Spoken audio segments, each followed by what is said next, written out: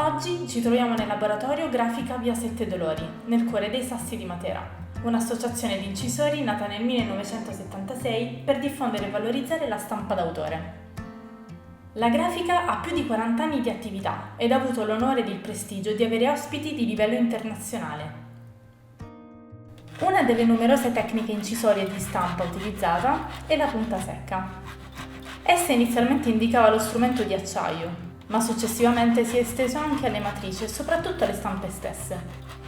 La procedura, pur di pochi passaggi, nasconde un intrinseco studio della forma, ma anche una consapevolezza del proprio essere, necessaria e fondamentale per questo genere di forma d'arte. La prima fase consiste nella selezione della lastra e, naturalmente, il soggetto da riprodurre. Quest'ultimo può essere un disegno o persino una fotografia. La scelta della lastra è molto importante, ma anche personale, perché la si valuta in base alla grandezza del disegno e a seconda della dimensione che si vuole ottenere. Si parte con la pulizia e la limatura dei bordi di essa con la carta vetrata o carta abrasiva a grani sottili, possibilmente consumata, o comunemente chiamata dai maestri carta consumata. Strofinare.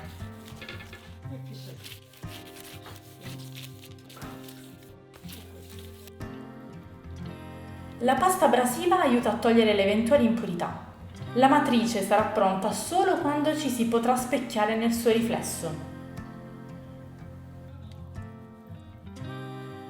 Attualmente i maestri Angelo Rizzelli e Vittorio Manno hanno il piacere di ospitare giovani appassionati artisti per insegnargli l'arte della stampa, dell'ascolto e della pazienza.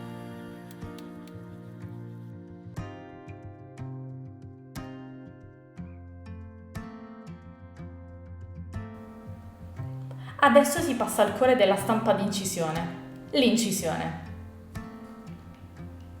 Con uno strumento d'acciaio duro e acuminato, come se fosse una penna, si riproduce il soggetto prestabilito sulla matrice. È importante calibrare la forza della pressione perché una volta attuata l'incisione non si può più tornare indietro. La punta, scalfendo il metallo, crea un solco sui bordi del quale rialza dei filamenti metallici, detti barbe, che a loro volta trattengono l'inchiostro. La prova di stampa è assolutamente necessaria per capire in quale direzione si sta andando. Da essa è possibile verificare se ci sono imperfezioni e raddrizzare il tiro e capire se c'è tutto quello che dalla matrice si vuole. Si passa alla stampa. Si sceglie la tipologia di carta su cui andare a stampare. In questo caso una carta mediamente porosa per avere un tipo di stampa particolare. Inumidire la carta per far sì che l'inchiostro possa attecchire con facilità. Ora è arrivato il momento di inchiostrare la matrice.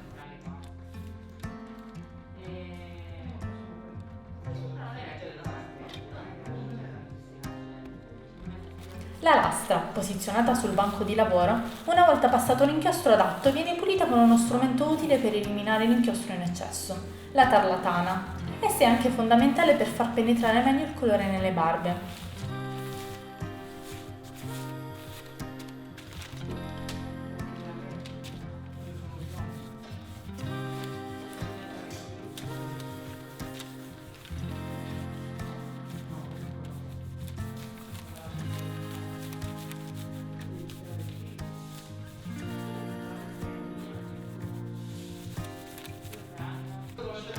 Si rifiniscono i bordi con il bianco di Spagna, un carbonato di calcio, gesso in polvere finissima, affinché la lastra inchiostrata sia ben lucida e pulita.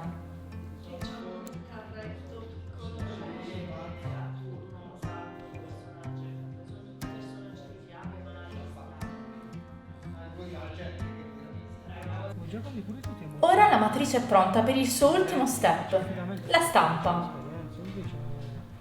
Si posiziona la lastra sul torchio, una struttura meccanica manuale per la stampa calcografica.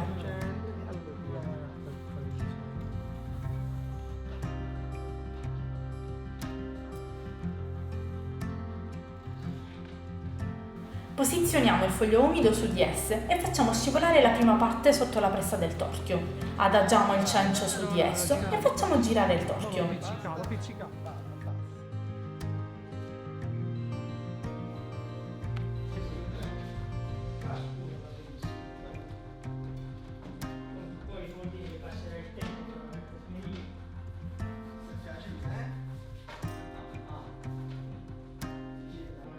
Quando il panno si solleva c'è sempre una grande tensione.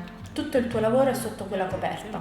Ore di studi, consapevolezze ed anche meditazione sono racchiuse in quei pochi secondi prima di sollevare quel velo di maglia. Una volta che il lavoro è apprezzato e approvato dall'allievo, l'opera si può firmare e timbrare con il marchio Grafica via Sette Dolori.